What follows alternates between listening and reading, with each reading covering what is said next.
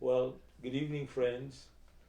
This is part number two of the Islamic prophecies and other related subjects. This evening, I'd like to start with saying that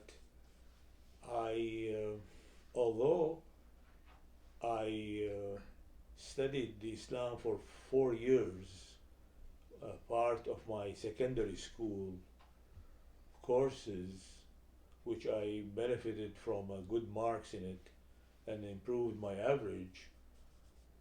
But I learned a lot through those 4 years. And although I said at the beginning in part one that I learned those verses by heart, but to find the origin of it, like which which chapter and which verse, it helped me, and to find the translation of it, it helped me to go at the beginning of the surahs and at the end of it and sideways and read more in knowing, trying to knowing exactly what's the Quran is all about. And of course, it helped me understand why the Muslim people in the world are so attached to the Quran, to this holy book, because really it's a source of inspiration to them, source of history, source of wisdom, source of the straight path, source of prophecies, source of uh, good behavior, source of everything. That's why they are so attached to it, you know. And maybe I tell you a story about how the Muslim people are attached to their faith.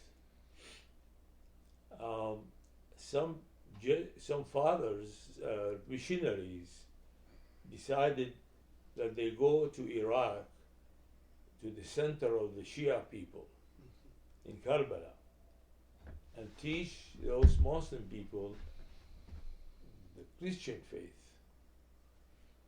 So they went to Iraq and they went to Karbala and they established lessons to those Muslim people about the Christian religion. They went through the lessons, and they attracted some Muslim people there to attend them and learn about Christianity. Everything was fine.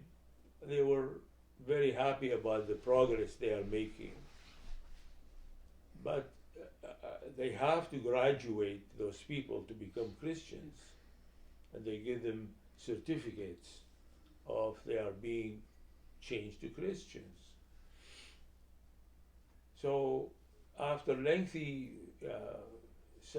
courses, the last course before they signed them was about the miracles of Jesus. So they start telling them about the miracles, and the miracles, especially when they said, and when Jesus touched the dead man, he rose up from the dead, and he was alive. And all those Muslim people said, Allahumma salli ala Muhammad wa ali Muhammad. That means, oh God, pray for for Muhammad and his people. So they knew they are still Muslim in their heart, you know. So they failed in their mission, you know, because the people were very deep in Muslim at that time, especially the Shia. Yeah, so it's very hard for Muslims to become Christians, although nowadays there is some people, they think that some prophecies in the Quran and some numbers or something like that, it relates to the Jesus Christ, but very very few of them really they believe in that.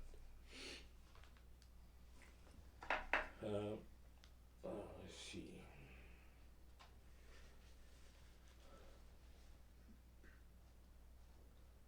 Um, to summarize the Baha'i faith, really, it's in two verses.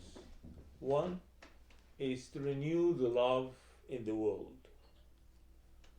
Second is unity of mankind. When we achieve the unity of mankind, we achieve a lot.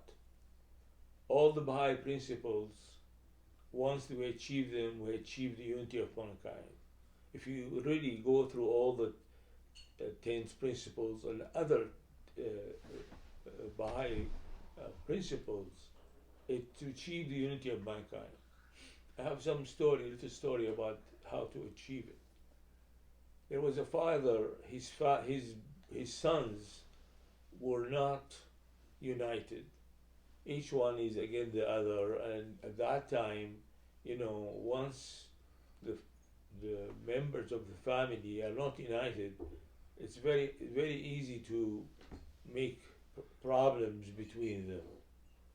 So to teach them the unity lesson, he asked one of the kids to collect for him sticks, this size, sticks from the jungle.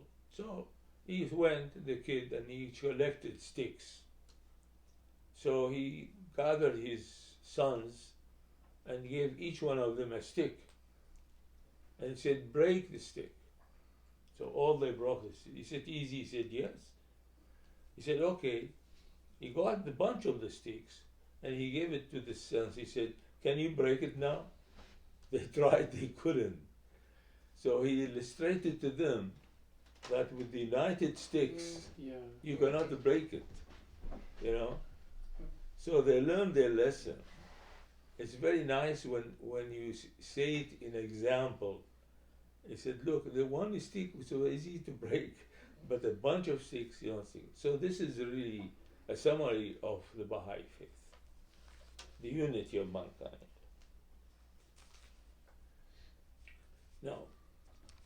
Now let's see what the prophecies of the Islamic faith about today and this age.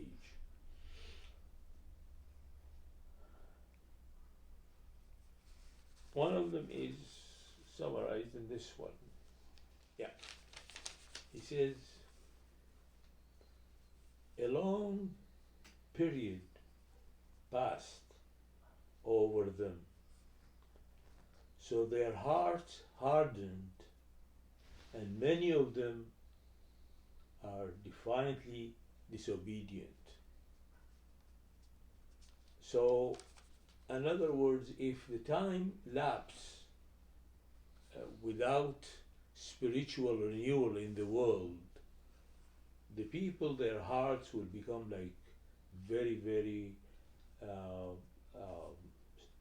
hardened. And that's what's happening in the people in today, because they have no hope. They are waiting for something is not coming, and they are not feeling the spirituality. So people, their hearts turn to be materialism. They are so versed in materialism.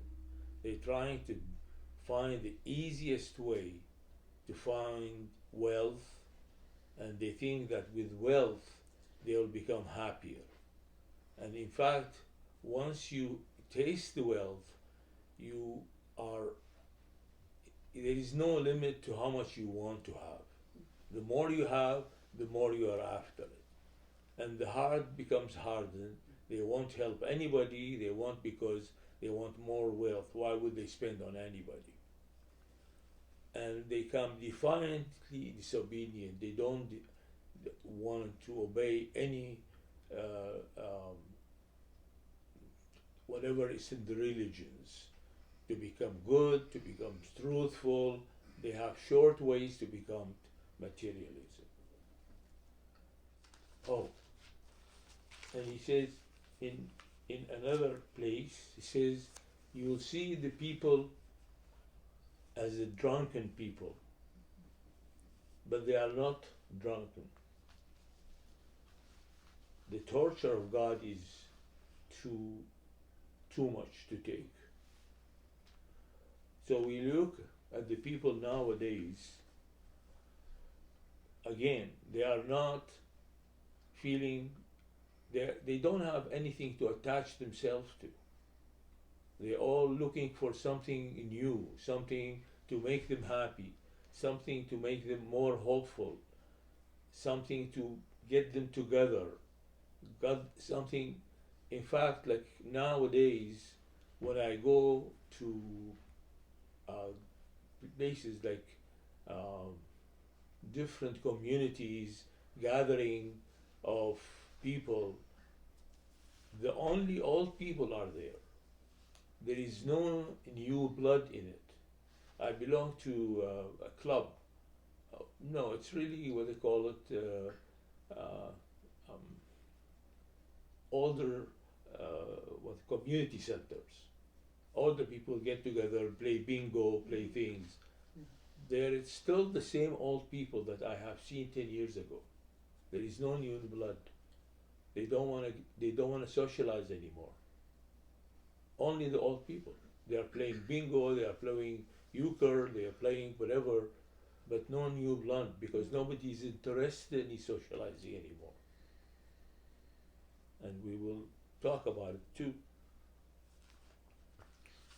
He said, on that day, man will flee from his brother and his mother and his father and his wife and his children. For every man that day will be matter adequate for him. Some faces that day will be bright, laughing, rejoicing, and good news, and other faces that day will have upon them dust.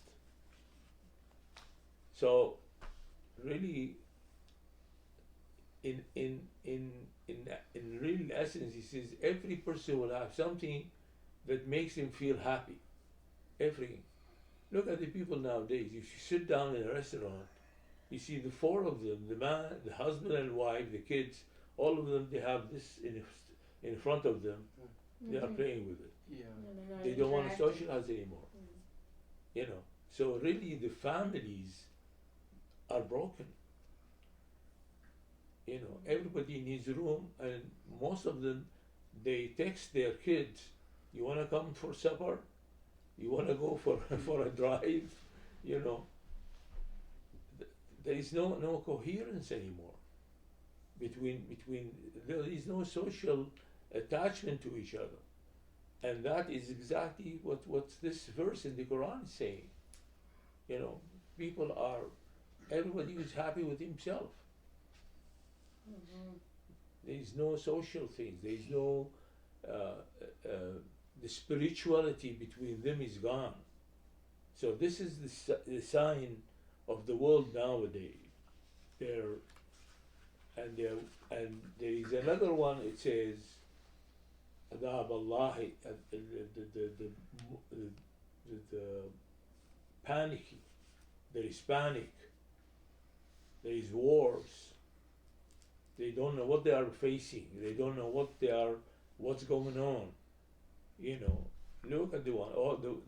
How many wars are in the world nowadays? Almost every country have a war. You know, the whole Arab countries in a war. ISIS and every country is against country. The Palestinians against the Jews. America has its own wars in the world. They are supplying Syria. They're supplying other Cambodia. The whole country, the whole world is full of wars.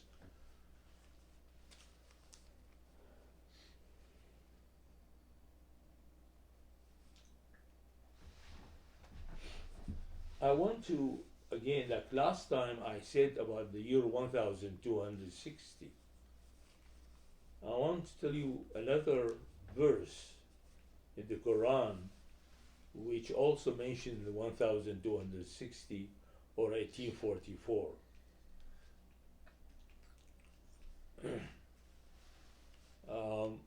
You see, now, there is few places where in the Quran it says that the Jews, God will return the Jews to the Holy Land, to their Holy Land.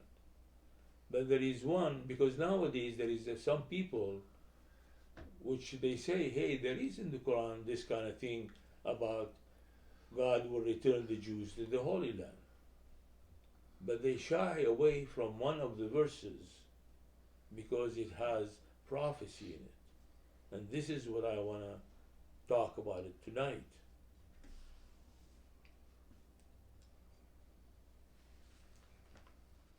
Yeah, it says, we told the Jews to go and disperse and inhabit the earth. And when the last day will come, we'll bring you back in droves.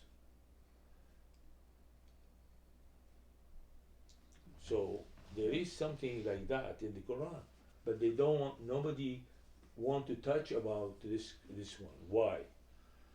Okay, let's start. The Jews, when the Roman conquered the Jews and the area of Palestine, they sent the Jews out of Israel. They were banned from coming back. And that's when they went and inhabited the earth. All the Jews were all over the place. Different countries, different organizations. Yeah. That was the Roman conquered the Jews is in between 50 and 150 before Christ. Now, then the Ottoman Empire came and inherited that place, inherited this the area of Palestine, which now is Israel. And when the Ottoman Empire was called the sick person and they were divided, England was in charge of that land. And because of the pressure, the international pressure for England to do something about Palestine, they enacted a law called the Edict of Toleration. The Edict of Toleration was enacted in year 1844. That's exactly the year where the Bab declared himself. So when he said to them, "And the last day will bring the Jews in droves," this is 1844. The same year the Bab declared himself in 1260 is the same year that Jews came back to Israel by droves. So people don't talk about it because it says at the end, the year of the end, or the day of the end. So the people know, well, the Jews came to Israel, but the day of the end didn't happen. So they don't want to shy away from it. You know, if they want to say, yeah, it is, the Jews came, well, the day of the end didn't happen. Or if they say, the day of the end will happen, well, how come the Jews are in Israel now? You see, the prophecy is not fulfilled according to the Quran. Although, like we know in 1844, the Bab declared. That's why they don't want to touch this verse.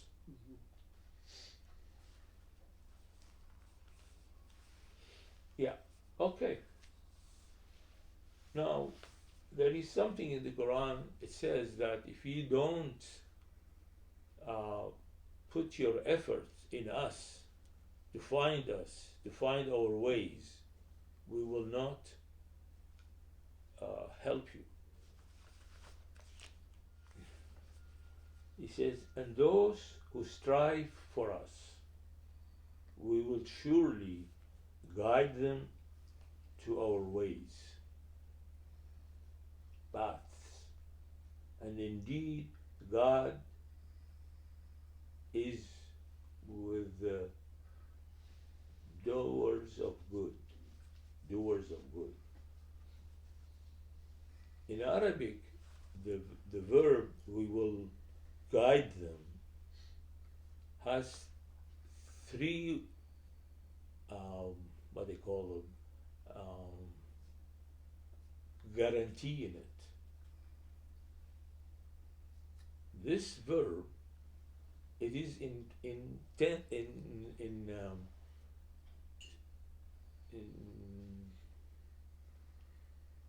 has one letter in it, L.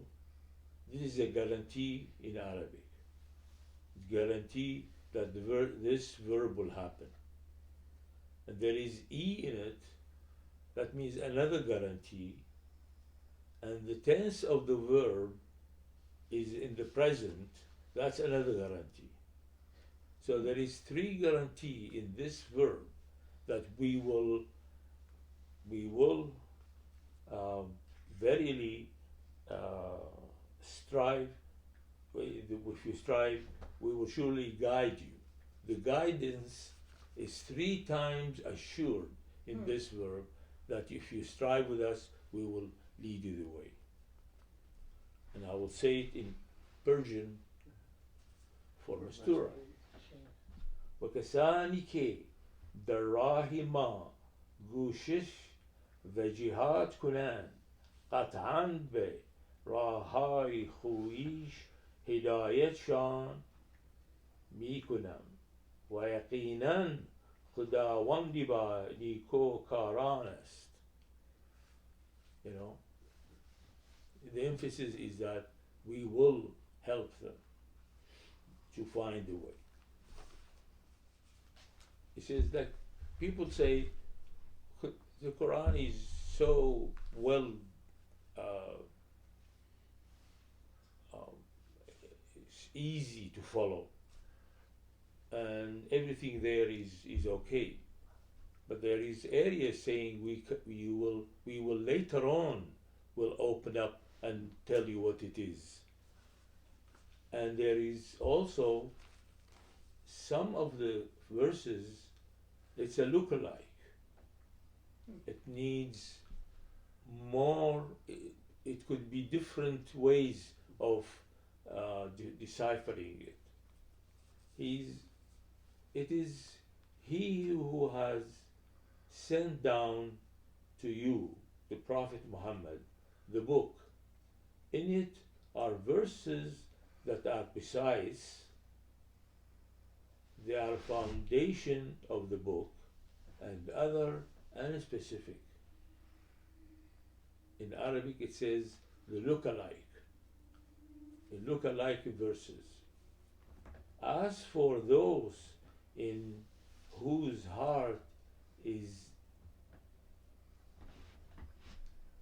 deviation from truth, they will follow that of it which is unspecific, seeking discord and seeking an interruption suitable for them. And no one knows its true interpretation except God. But those firm in the knowledge say, we believe in it. Say this, we believe in the interpretation of people. All of it is from our Lord, and no one will be mentioned except those of understanding. So when we say some of the verses, it could mean something else. We have the foundation for that. It says right in the Quran. There are some verses specific, but some of them are not specific, look alike. So it could be interpreted different ways, different things, different meanings. But it's meant for the time of the end. We will send somebody to do it. Somebody will explain it to you.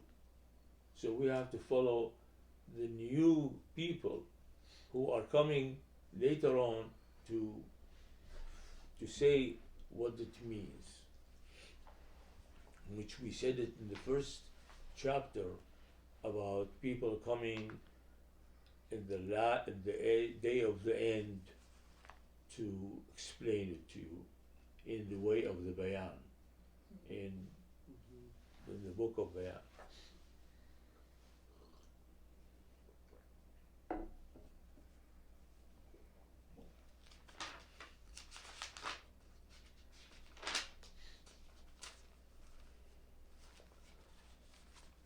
Yeah, I want to mention something else now.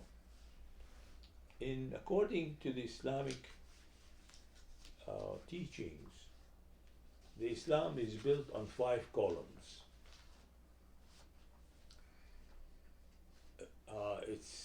It is one column is the fasting, and the other column prayers 5 times a day, and then pilgrimage, and حقوق, the zakah in Arabic, حقوق, and then the belief in God and the last day. Those are the 5. The first one of them is fasting. I found that the dawn prayer of the Shia, which is revealed, some they say it's by the first Imam, they say it's the fourth Imam, Al-Baqir, Imam Baqir. It's called the dawn prayer. It's called the prayer of Baha. The name of the prayer is the prayer of the Baha. And I found the translation is done by... It's beautiful prayer. Huh? It's very beautiful prayer. Yeah, by Hurkula Publication, Center for Sheikhi and Babi Baha'i Studies. I don't know, it's news for me. They have done the translation to English.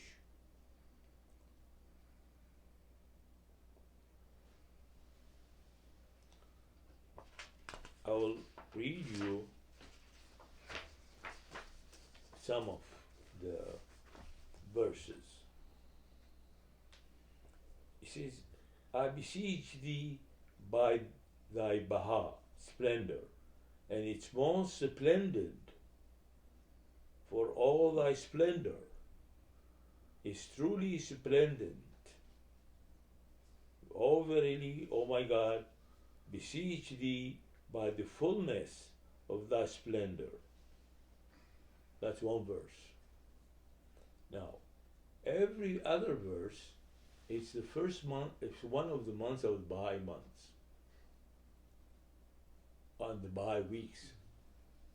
One is beauty,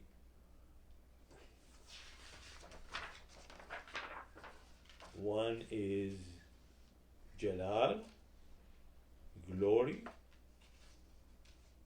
one is grandeur. For example, I'll tell you, I beseech thee by thy azamat, grandeur, and its supreme grandness, for all thy grandeur is truly grandiose. I verily, O my God, beseech thee by the fullness of thy grandeur. So each one of month of the Baha'i faith is mentioned there, and it's the whole verse of that thing is done according to that month. And really at the end, when you finish it, is you in your heart, you feel you want to say whatever you feel you want, and say, "Can I get it? Can I have it given to me?" So I will give it to you guys. You can look into it. Now we will talk about the obligation to look for the truth, which is a kind of a duty for the Muslim people to look for the truth when they hear something. I remember when I was one day in Sears, and there was a Muslim guy reading his prayer. I think it was the evening prayer, something like that. And he was hiding somewhere, and I heard him. So when he finished, he came and I said, "I hope your prayer is accepted by God." Then he was so happy that somebody's speaking with him, and he's not against him. So I said, I asked him a few things, and then I started talking to him about the Baha'i faith. And he said, no, this is not right. I said, look, this ayah, I'm going to read it to you. Did you quote it to him? Yeah. Oh, isn't that great? That's a beauty when Let you me know. quote from your own That's a beauty when Bible. when you know it by heart. Yeah.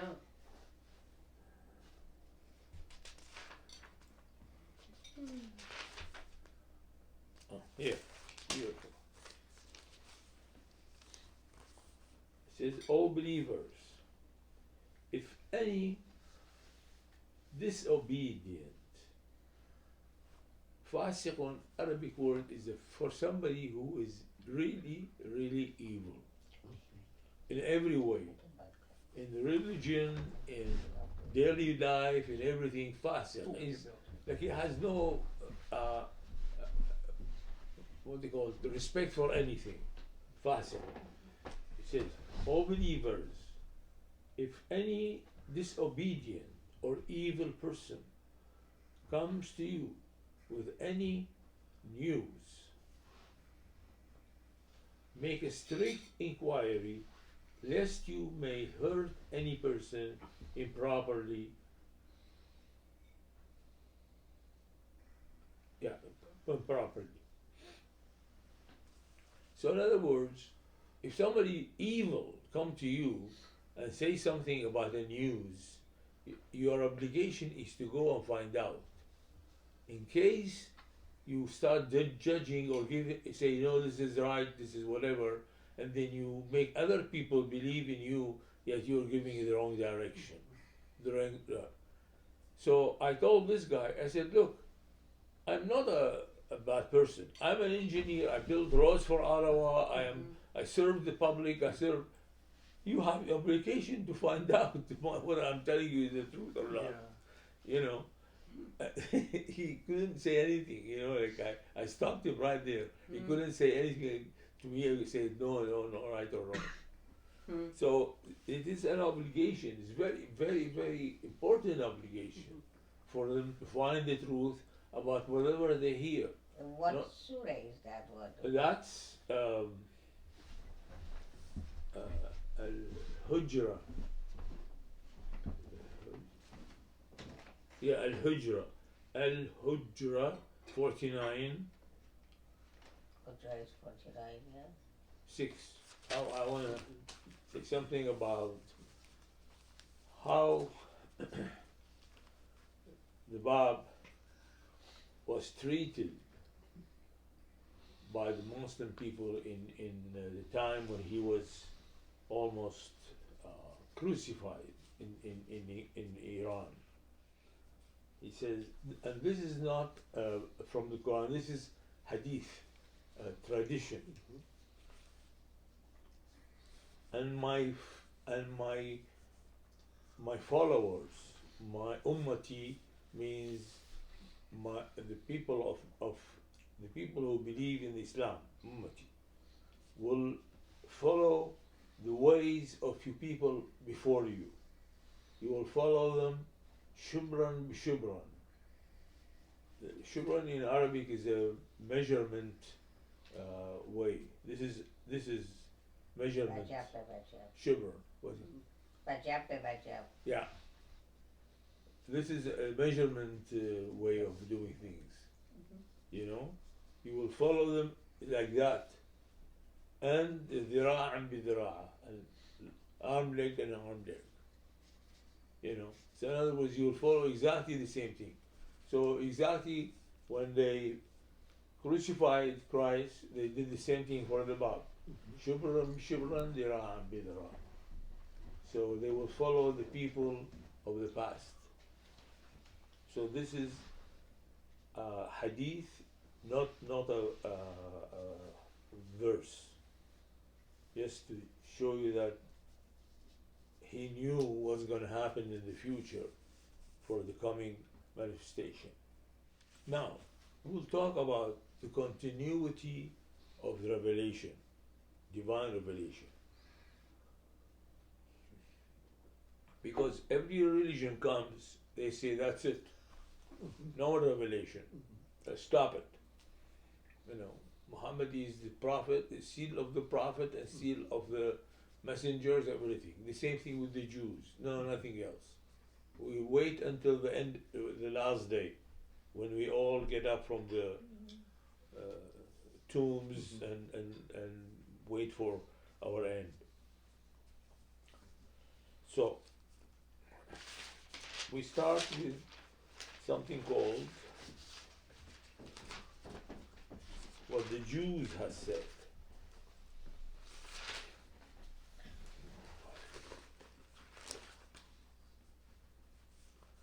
And the Jews say that the hands of God is chained. Chained are their hands, and curse chained their hands. Sorry, have full stop. And curse are they for what they say. Rather, both his hands are extended, open. He spends however he wills, and that which has been revealed to you from your Lord will surely increase many of them in the transgression and disbelief. So he cursed the Jews because they said the hands of God is chained. Let's discuss this chain. When you say your hand is chained, what does it mean? It means it's not doing the thing that's supposed to be done. So what is it? What does God give us in his hand? What does God give us gift? What kind of gift? Give us wealth, health, long living, stuff like that. Yeah. But the main thing really, what is the most important, the most precious thing that God give us? Revelation. The divine verses they give us. This is the most important thing. The rest is man-made. This is the one which he gives us revelation for 1,000 years. So, in other words, really, when his hands is chained, means the Jews said he cannot give us any more. That's top of it. Now, let's see what the Quran say about that, about the revelation of God. Okay, this is. Oh, let's tell you about the Jew said it's Surah 5. I didn't write the name. It's Surah 5, verse 64. Now, I'm going to read Surah 18, verse 109.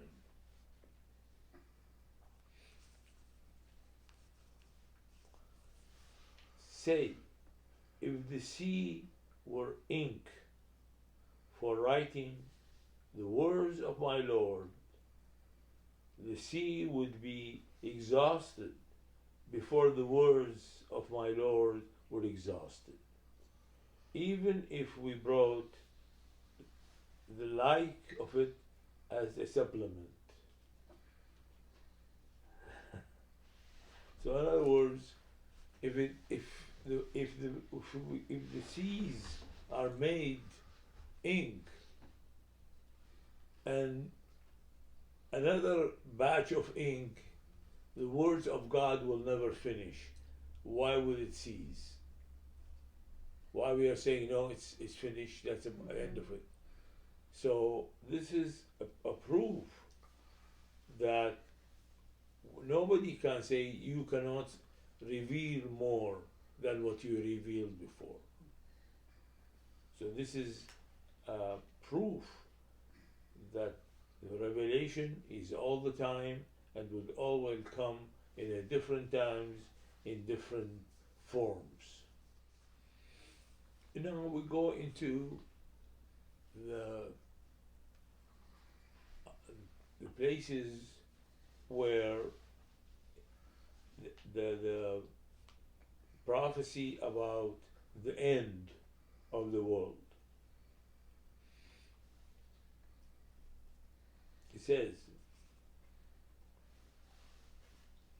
and for every people, and that's ummah. Ummah means people of a religion. Then, when their term will come, they cannot remain behind in an hour, or they cannot be ahead of it another hour. Once the time comes, the hour is there. They cannot go before the hour or after the hour. Exactly the same time when the time comes, that's the end of those people. So I think we'll stop it here tonight, and hopefully next time we'll have more to say about the prophecies. Thank you very much, and good night.